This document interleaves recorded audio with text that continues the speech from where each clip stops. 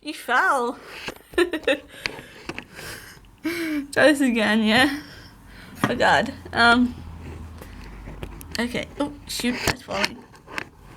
Okay, I got this. Is that in my phone? Oh, my phone. Sorry about that. You just you just fell down, basically. Hey! I'm Lane. Oh, let's try that again, shall we? Let's cut all that. Hey, I'm Lane. Welcome to my channel. Right. So, first and foremost, it's been about a week since I last updated, and a lot has changed in that week. As you can see behind me, I actually now have a load of posters and stuff on my wall. To my left, but to your right, I have a bed. I finally have a bed after 8 months. I have chest of drawers here. I have clothes there. I'm not going to show you my clothes because they're a mess. Like, seriously, a mess. And, yeah. A lot has changed. Oh, and of course, the main important thing is I've gone orange. I'm going to redo it because it's really patches all heck around the sides. But, yeah. This is just a real quick update to say I am working on part 2.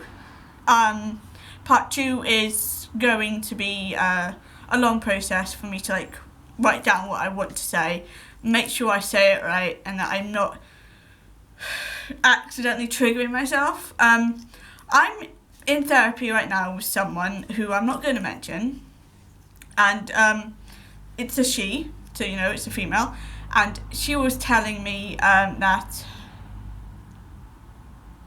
I forgot what she said. Oh, that's right. When I first started talking to her, she asked a bit about my background, what trauma I went through and everything. And then she diagnosed me with something called complex PTSD. To which, if you don't know what it means, basically, there's one of 5 ways that you can be diagnosed with this. 5 triggering things that can cause the complex PTSD. I can only remember 4, because the 5th one didn't apply to me. So the other 4 do.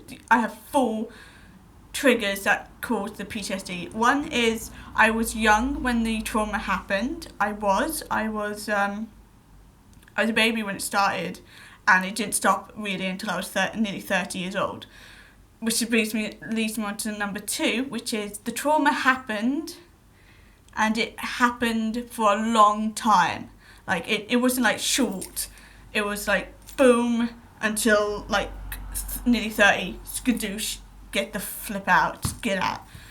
Third one is the trauma was caused by a parent or a guardian. That's happened to me twice. I'm lucky. And the 4th one is the victim is alone when the trauma happens, which I was alone because until we moved out, moved to Wales when I was 12, nearly 13, I only had my brother then, but after my brother left when I was 17, I believe, I was the main focus of the abuse. Actually, I was the main focus of the abuse before then, but the trauma and everything started happening way worse after he left, because I literally went from being kind of in the frame to literally having the crosshairs on me and just you're my target, I'm going to take you down. So yeah, it's a process because I'm going through all that's happened to me, writing it down, journaling it, because I do want to turn it into a book. And me and my therapist have jokingly said that the name of the book is going to be called The Moustache Man, because it's going to be a book about my story from birth until now, basically, about the abuse I went through, about me coming out as transgender over a couple of times, and all that lovely dollop of stuff that happened in between, which is a big vat of stuff. Whoa. Oh boy, it's a big lot.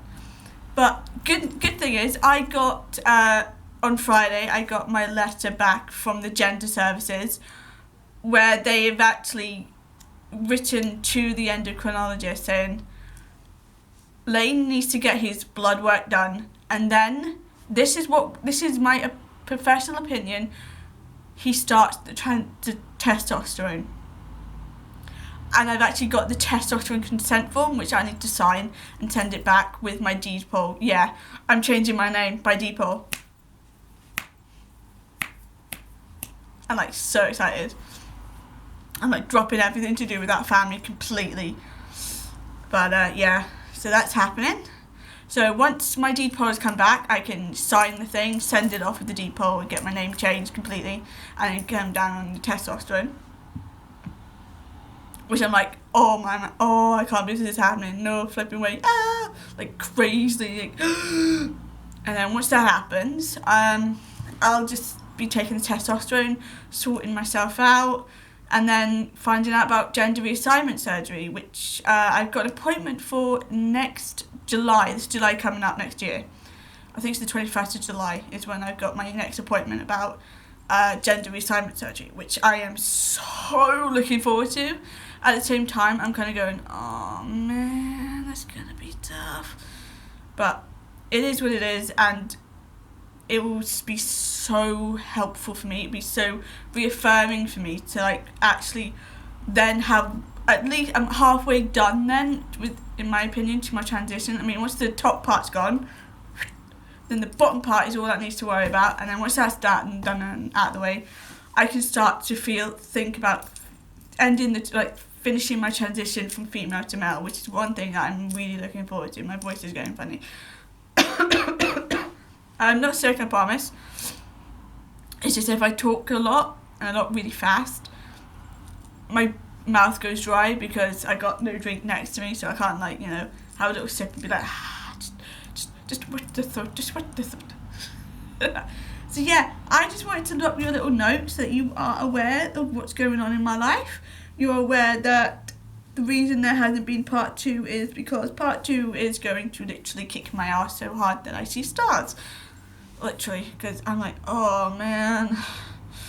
I've actually got to sit down and write like part 2 what I want to say, part 3 what I want to say, and part 4 what I want to say, and then go from there basically. But this is just the smallest little update ever to say, still alive, still living, got my own place, it's all working out. It's all working out. What was that? It's all working out very well, and I hope to see y'all very shortly.